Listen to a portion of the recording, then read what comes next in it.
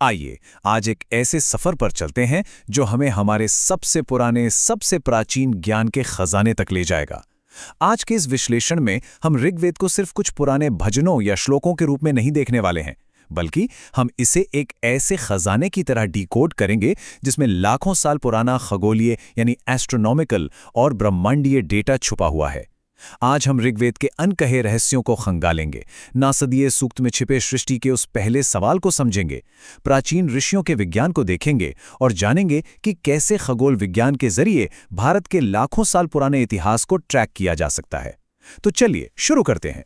सबसे पहले जरा इस एक बहुत ही गहरे सवाल पर गौर कीजिए। जब समय नहीं था, कोई शून्य नहीं था, आकाश भी नहीं था, तब आखिर क्या था? सुनने में ये किसी हॉलीवुड की साइंस फिक्शन फिल्म का डायलॉग लगता है ना? लेकिन असल में ये उन वास्तविक रहस्यों की बस एक झलक है जिन्हें आज हम मिलकर सुलझाने वाले हैं। तो चलिए एक बिल्कुल नए और खुले नजरिए के साथ इस ब्रह्मांड के रहस्यों में डुबकी लगाते हैं। अब हम इतिहास को डिकोड करने के लिए सीधे तारों और ग्रहों की दुनिया यानी प्राचीन खगोल विज्ञान की ओर चलते हैं। ठीक है, तो इसे थोड़ा करीब से समझते हैं। आपने वेदांग ज्योतिष का नाम सुना है? आज जिसे हम सिर्फ राशिफल या एस्ट्रोलॉजी समझ लेते हैं, उससे बहुत पहले वेदांग ज्योतिष नाम का एक हार्डकोर विज्ञान हुआ करता था। स्रोत हमें बताते हैं कि हमारे प्राचीन ऋषि मुनि कोई साधारण लोग नहीं थे। वे आसमान का सटीक नक्शा बनाने के लिए 28 अलग अलग नक्षत्रों को ट्रैक करते थे। सोचिए, ये ग्रहों की स्थिति और हमारी ऐतिहासिक टाइमलाइंस को बिल्कुल सटीकता से मापने का एक बेहद एडवांस विज्ञान। अब मिथक और विज्ञान के बीच का ये फर्क देखिए, ये सच में बहुत दिलचस्प है। एक तरफ हमारे पास ऋषि अगस्त्य की वो मशहूर कहानी है जिसमें कहा गया है कि उन्होंने पूरा का पूरा समुद्र पी लिया था। पहली बार सुनने में लगता है वाओ क्या चमत्कार है, लेकिन दूसरी तरफ वैज्ञानिक सच्चाई क्या है? वैज्ञानिक सच्चाई ये है कि ये कहानी असल में आइस एज यानी हिम युग के दौरान समुद्र के जल स्तर के तेजी से नीचे गिरने के एकदम सटीक भूवैज्ञानिक या जियोलॉजिकल डेटा को अपने अंदर समेटे हुए है। मतलब ये सिर्फ एक फैंटेसी कहानी नहीं है, ये जलवायु परिवर्तन का एक प्राचीन एनकोडेड रिकॉर्ड है। और ये टाइमलाइंस कोई हवा में नहीं बनाई गई थीं। प्राचीन भारत ने इतिहास को रिकॉर्ड करने का एक ऐसा सटीक टाइम स्टैम्प सिस्टम बना लिया था जो पूरी तरह से खगोलीय घटनाओं पर टिका था।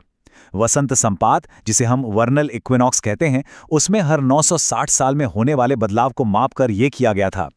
अब जरा इन आंकड़ों को सुनिए। अगस्त्य और वशिष्ठ के जन्म की सबसे पुरानी यादें लगभग 2,20,000 साल पहले तक जाती हैं। इसके बाद करीब 34,500 ईसा पूर्व में समुद्र का स्तर नीचे गया और फिर 7 से 8,000 ईसा पूर्व में अचानक जल स्तर में भारी बढ़ोतरी हुई। ये सारा डेटा सीधे तौर पर आसमान के तारों और ग्रहों की चाल पर आधारित है। चलिए अब खगोल विज्ञान से आगे बढ़ते हैं और उस समय के समाज और उनकी ब्रह्मांडीय व्यवस्था को गहराई से समझते हैं। देखते हैं कि ऋग्वेद के देवता असल में कौन थे। एक बात जो हमें समझनी होगी वो ये है कि ऋग्वेद के देवता इंसानों की तरह मुकुट पहनकर सिंहासन पर बैठने वाले कोई साधारण राजा नहीं थे। बिल्कुल नहीं। वे असल में प्रकृति की विशाल और अजेय शक्तियों के जीवंत रूप थे। जैसे इंद्र, जो बादलों, बारिश और बिजली का प्रतिनिधित्व करते हैं, जो हमारे रास्ते की हर बाधा को चकनाचूर कर देते हैं।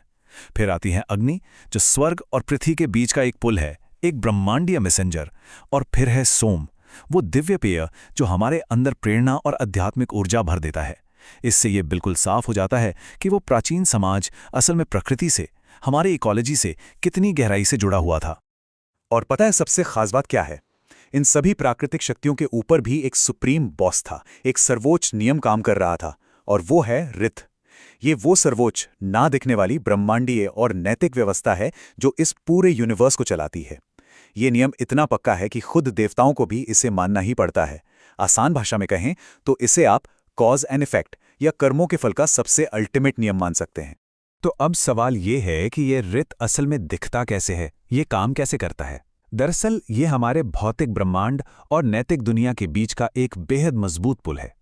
सूरज का अपने समय पर उगना और ढलना, मौसमों का एक तय साइकिल में बदलना, नदियों का निरंतर बहना, ये सब कुछ ऋत ही तो है।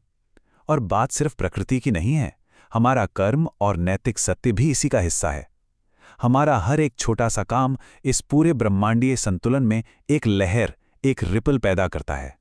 अब हम अपनी इस यात्रा में थोड़ा जूम आउट करते हैं और सीधे ब्रह्मांड की उत्पत्ति पर चलते हैं।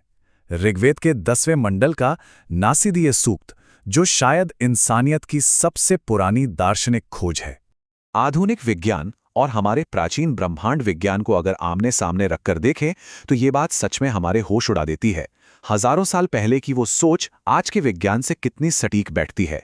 बाईं ओर देखिए, हमारे प्राचीन संस्कृत शब्द हैं जल, यानी अनंत ऊर्जा का एक असीम प्रवाह, जिसे आज का विज्ञान दाईं ओर प्राइमोर्डियल सूप कहता है।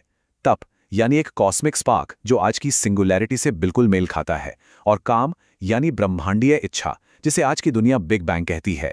ये समानता सच में हैरान करने वाली है ना? चलिए, नासदीय सूक्त के अनुसार सृष्टि के निर्माण की इस पूरी प्रक्रिया को स्टेप बाय स्टेप समझते हैं। और सबसे दिलचस्प बात यह है कि ये किसी अचानक आए कड़कते हुए ईश्वरीय आदेश से शुरू नहीं हुआ, बल्कि एक बहुत ही सूक्ष्म, एक हल्की सी ब्रह्मांडीय इच्छा से शुरू हुआ।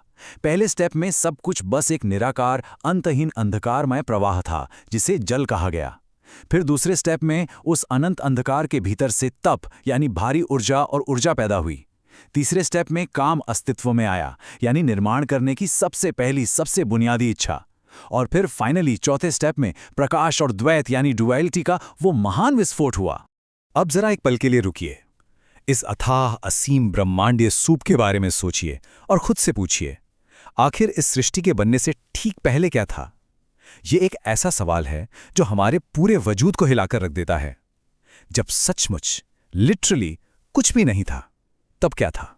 और इस इतने बड़े, इतने गहरे सवाल का जो जवाब नासदीय सूक्त देता है, वो मुझे सबसे ज्यादा अचरज में डालता है। वो कहता है, शायद सृष्टिकर्ता भी नहीं जानता। सोचिए, हजारों साल पहले उन प्राचीन ऋषियों ने सबसे परम वैज्ञानिक मानसिकता को अपना लिया था। वो कोई कठोर या अड़ियल दावा नहीं कर रहे थे कि हमें सब पता है। उनमें ये स्वीकार करने की असीम विनम्रता थी कि शायद हमें नहीं पता।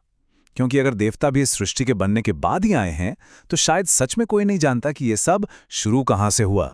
और अब इन सारे रहस्यों और सवालों से होते हुए हम अपने इस विश्लेषण के सबसे अहम और ग्रैंड कंक्लूजन की तरफ बढ़ते हैं। इन सब के बीच से एक सबसे बड़ा परम सत्य निकलकर सामने आता है। एकम सद विप्रा बहुधा वदंती। मतलब सत्य तो एक ही है, बस ज्ञानी लोग उसे अलग अलग नामों से पुकारते हैं। सच कहूं तो ये एक अकेली लाइन हमारे आज के इस पूरे विश्लेषण का सबसे बड़ा निचोड़ है। ये हमें बताती है कि हम उस परम सत्य को चाहे अग्नि कहें, इंद्र कहें, या फिर मॉडर्न साइंस का कोई क्वांटम सिद्धांत कह लें, उसका मूल तत्व, उसका बेस एक ही है। ये विचार पूरी इंसानियत को ब्रह्मांडीय एकता और एक दूसरे के विचारों का सम्मान करने का कितना खूबसूरत संदेश देता है।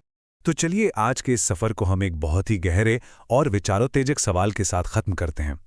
अगर ये पूरा ब्रह्मांड एक ऐसा अंतहीन रहस्य है जिसे पूरी तरह से कोई नहीं समझ सका, तो इस महान डिजाइन में आखिर हमारा, यानी इंसानों का क्या रोल है? क्या हम बस दूर खड़े होकर देखने वाले मूक दर्शक हैं, या इस पूरे सिस्टम का एक बेहद एक्टिव और जरूरी हिस्सा? प्राचीन भारत का ये अद्भुत ज्ञान हमें सच में ये सोचने पर मजबूर कर देता है कि इस विशाल सृष्टि में हमारी जगह कितनी खास है। इसी के साथ हमारा आज का ये विश्लेषण समाप्त होता है। मुझे उम्मीद है कि ज्ञान और ब्रह्मांड को समझने की आपकी ये यात्रा आगे भी ऐसी ही चलती रहेगी।